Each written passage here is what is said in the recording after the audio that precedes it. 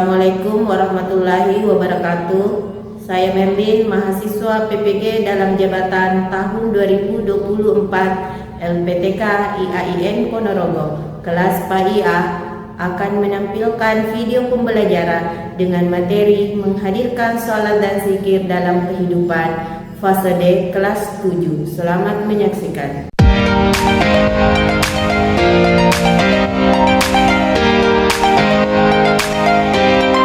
Assalamualaikum warahmatullahi wabarakatuh. Waalaikumsalam warahmatullahi wabarakatuh.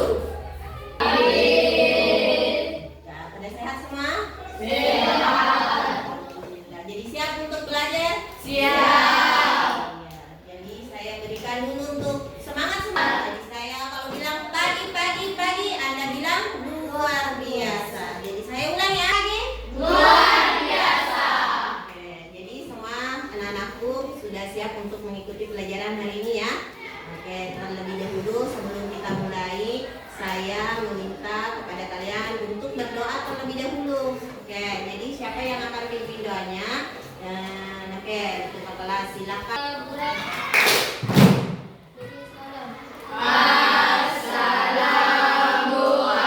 Assalamualaikum warahmatullahi wabarakatuh.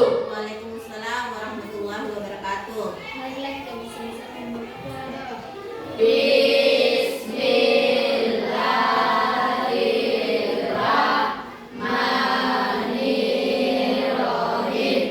Rabbi zidni ilman warzuqni fahman.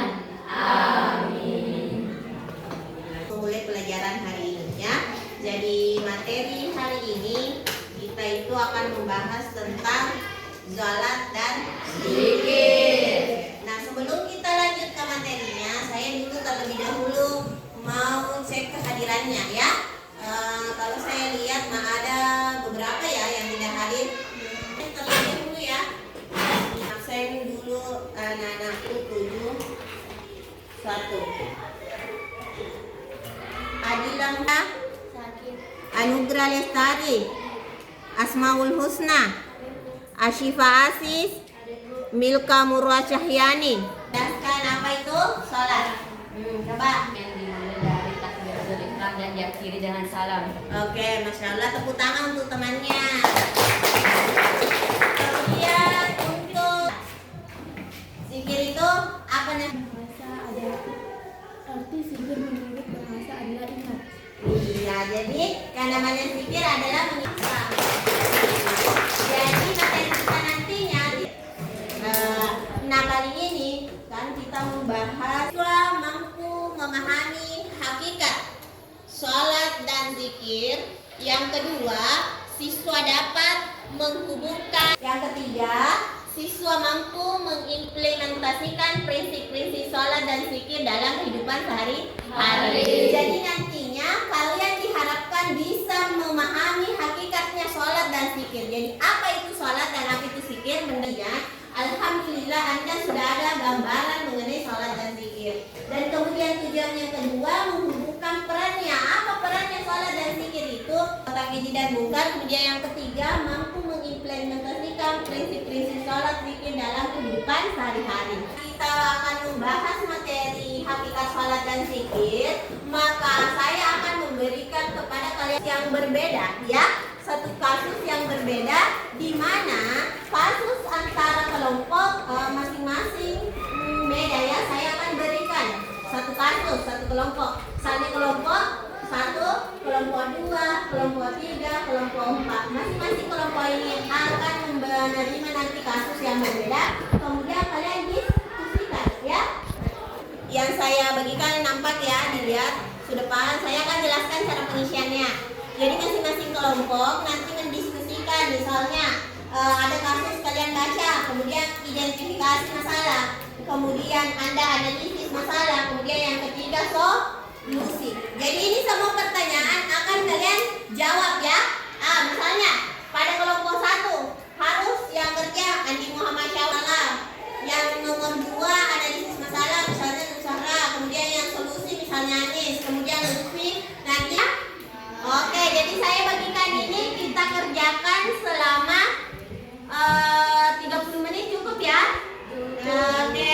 Jadi saya minta anak-anakku nanti harus bekerja sama dengan teman-teman kelompoknya ya. Usahakan diselesaikan dalam waktu 30 menit.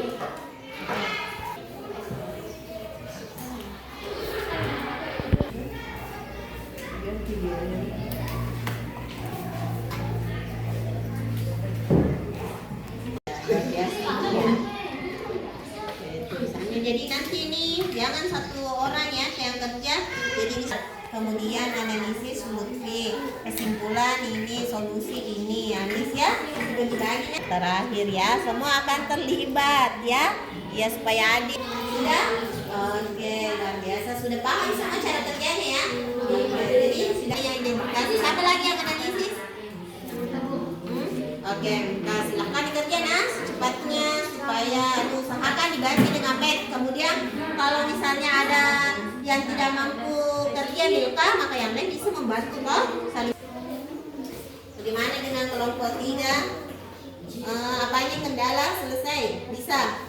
Nah, yang ke analisis masalah siapa? Siapa yang kerja? Oke, Ilyas Ibrahim. Alhamdulillah, silahkan dikerjain nah. Nah, saya kelompok 4 sudah nomor berapa?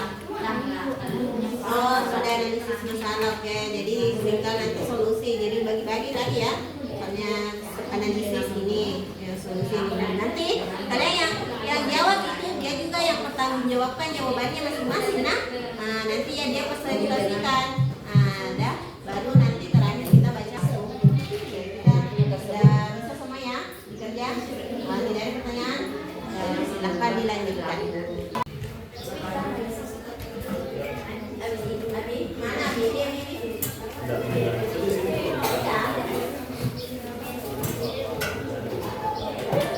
Jawabkan tugasnya masing-masing. Misalnya untuk identifikasi kita, ya saudara, kemudian yang menganalisis, ya Winda, kemudian bisa, kemudian kesimpulan. Oke, nah silakan saya beri kesempatan untuk kelompok 4 untuk menyampaikan hasil diskusinya. Sudah paham anunya kan? Bahwa kalau untuk menyampaikan hasilnya seperti apa ya? Oke, silakan. Warahmatullahi wabarakatuh. Waalaikumsalam warahmatullahi wabarakatuh. Mohon perhatiannya masing-masing kelompok. Kami dari kelompok 4.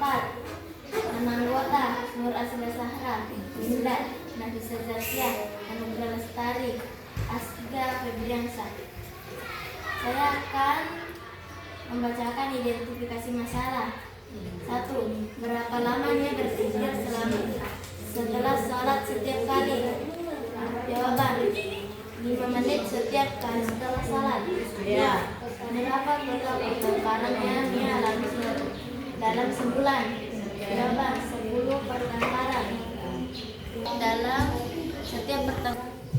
4. Bagaimana pertengkaran yang sering dia lakukan memengaruhi hubungan sosialnya? Jawaban, ini akan dibenci oleh teman-temannya karena dia sering bertengkar. Oke, selanjutnya untuk analisis. Waalaikumsalam warahmatullahi wabarakatuh. Perkenalkan, nama saya Winda dari kelompok 4. Saya akan membacakan analisis masalah. Paleso itu. Pertengkaran meskipun dia lagi beribadah. Jawaban, walaupun ia sering beribadah, tetapi ia yang sering memulai pertengkaran terhadap Tuhan. 2. Bagaimana konflik yang dihasilkan dari tindakan dia mempengaruhi lingkungan sosialnya? Jawaban, ia akan dijauhi banyak orang karena sering bertengkar. Assalamualaikum warahmatullahi Yang lain mohon kelompok yang lain dulu. Saya bisa akan membacakan solusi. 1. Langkah-langkah apa yang bisa diambil Winda untuk mengetahui potensi pertengkaran? Tidak lagi memicu konflik tersebut dan meminta maaf kepada teman-temannya. Dimanfaatkan salah dan sihir untuk menjaga hubungan baik dengan teman-temannya. Jawaban, mengajak teman-temannya untuk salah dan bersihir bersama. 3. Apa strategi yang dapat diterapkan untuk membantu dia mengelola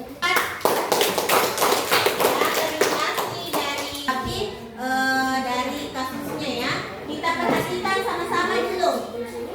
Ini kasus ya. yang lain bahwa kasus ini pada kelompok keempat Nia melaksanakan sholat 5 waktu.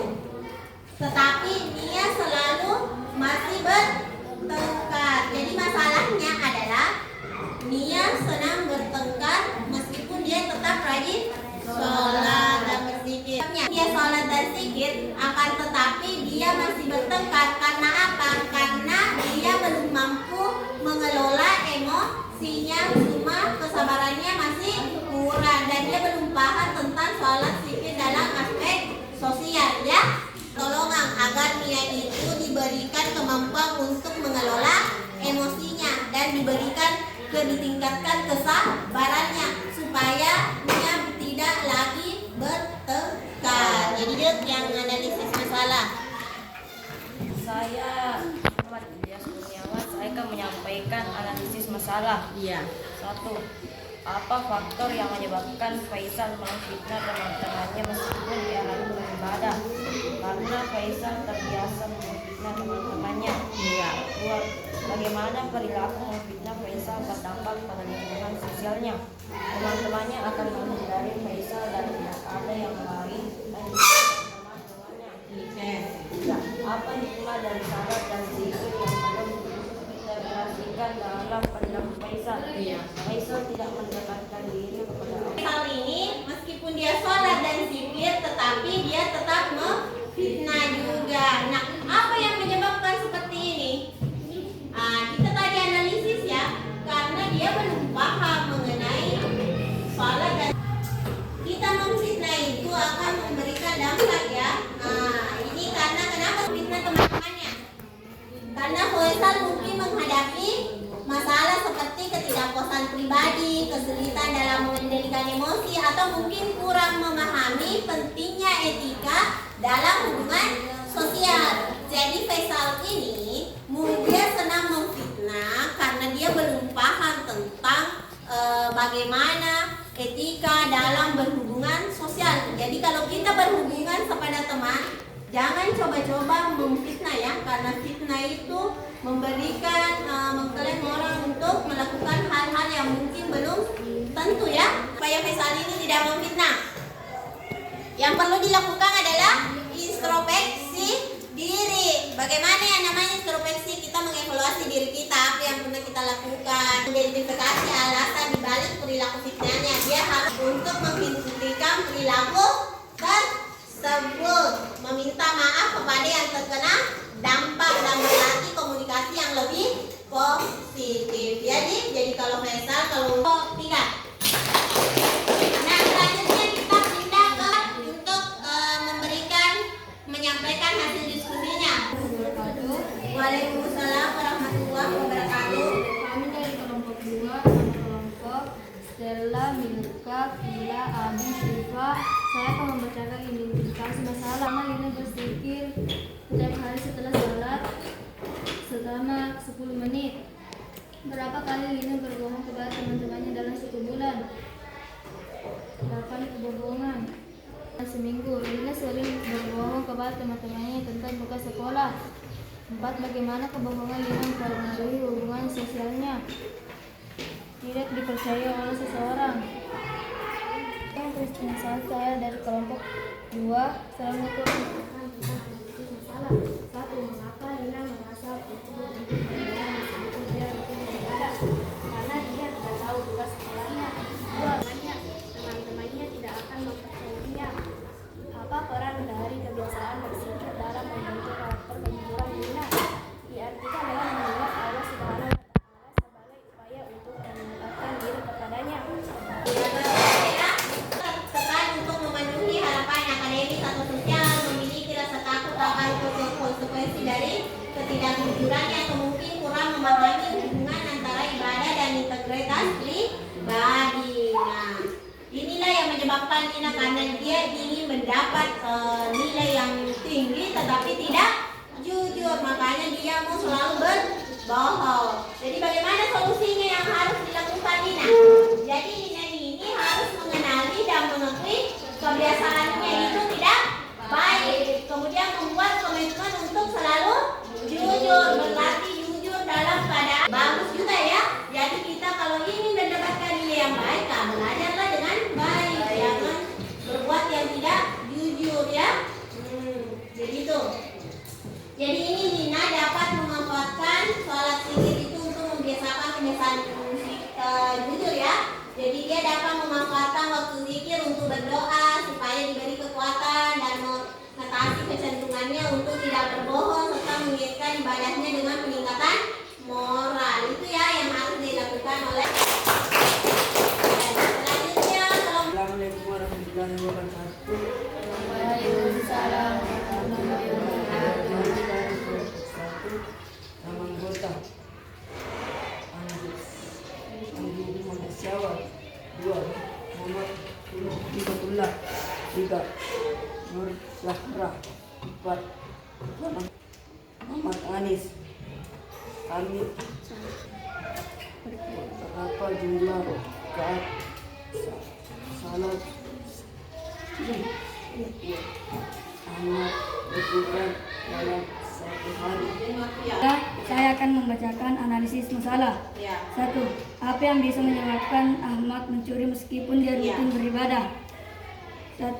Karena Ahmad dalam melakukan salat masih belum sempurna. 2. Bagaimana tindakan mencuri Ahmad dapat mempengaruhi reputasinya di sekolah dan hubungan dengan guru? Ahmad dapat dijauhi oleh teman-temannya atas. Ya, oke, lanjut solusi. Sarah, cepat. Apa langkah-langkah yang bisa diambil Ahmad untuk memperbaiki perilaku mencurinya? Menerapkan salat dan zikir dengan sempurna. 2. Bagaimana Ahmad bisa lebih memahami dan menerapkan nilai-nilai salat dan zikir untuk mencegah perilaku negatif tersebut dengan mengubah perilaku buruknya tersebut mencurinya dengan memantau perilaku Ahmad. Jadi kita ada kebutuhannya yang mau dipenuhi tetapi tidak mampu dipenuhinya, makanya dia melakukan perbuatan yang mencuri, padahal itu tidak dibenarkan ya. Itu harus lingkungan atau kurangnya pemahaman tentang nilai moral dalam beretika dalam kehidupan ya, dalam beribadah. Kita harus mengakui kesalahannya, meminta maaf kepada guru, berusaha. Ahmad harus konseling dan mengatasi dan untuk mendapat bimbingan untuk bisa memahami dan mengatasi dorongan yang menyebabkan Ahmad selalu mencuri. Seperti itu ya. Jadi solusinya Ahmad itu harus minta maaf, mengakui kesalahannya, kemudian mendapatkan bimbingan dari guru supaya Ahmad bisa mengatasi masalah tersebut dan tidak mengulanginya pada waktu yang selanjutnya. Ya, seperti itu ya. Oke, jadi Luar biasa. Oke, selanjutnya kita ke kesimpulan. Jadi masing satu kelompoknya ini kasus 4 ya. Assalamualaikum warahmatullahi wabarakatuh. Waalaikumsalam. Perkenalkan, nama saya Nagisa dari kelompok 4. Dia harus mengurangi sifatnya untuk tidak bertengkar lagi dengan teman, karena walaupun dia rajin beribadah, dia tidak boleh bertengkar dengan temannya. Oke, tepuk tangan. Dan dari kesimpulan setiap kelompok, mulai dari kelompok 1, 2, dan 3, dan 4, masih kesimpulan yang disampaikan perlu dilengkapi. Karena yang kalian cantumkan itu adalah masih menjelaskan mengenai kasusnya masing-masing, tetapi belum memberikan solusi lengkapnya. Kalau misalnya kita melakukan perbuatan yang tidak baik, maka harusnya kita bagaimana? Nah, Anda sampaikan kesimpulannya. Nah, padahal di kesimpulan itu mencakup semua materi-materi yang kalian dapatkan. Ketika orang beribadah harusnya juga akhlaknya baik. Ya, nah itu. Tetapi kalian belum simpulkan secara menyeluruh, baru sebagian. Oke, nah kesimpulannya kelompok memiliki kasus yang sama, cuma masalah yang berbeda.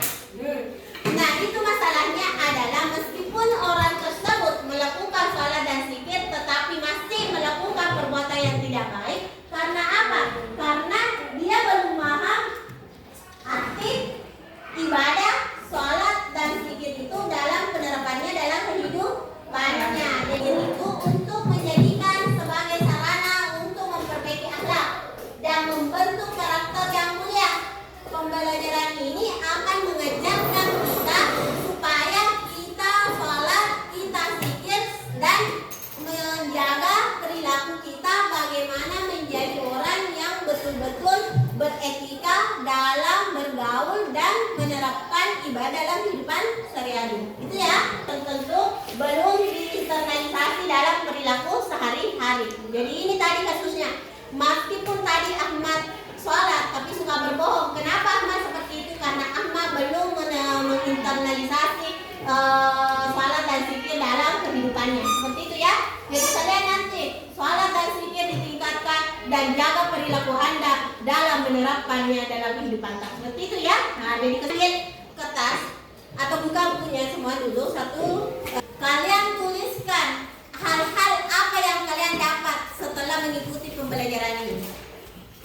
Nah, Anda refleksi dulu apa hal positif yang kalian dapat hari ini setelah mendengarkan materi ini. Nah, silahkan ditulis di bukunya. Selanjutnya saya akan membagikan ya. Kalian kerja. Ini dulu ya. Ini nanti pekerjaan individu. Ya, kita mau mengukur sejauh mana Anda memahami materi hari ini. Kan ini mau video. Apa hal positifnya?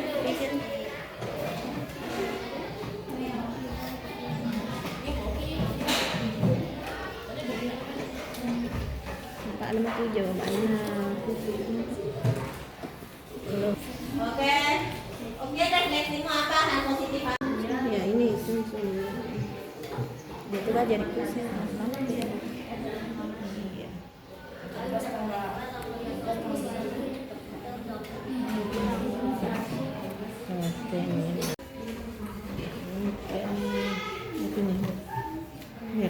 Anakku, setelah pembelajaran hari ini, sholat dan zikirnya telah dilakukan dan bahkan ditingkatkan ya.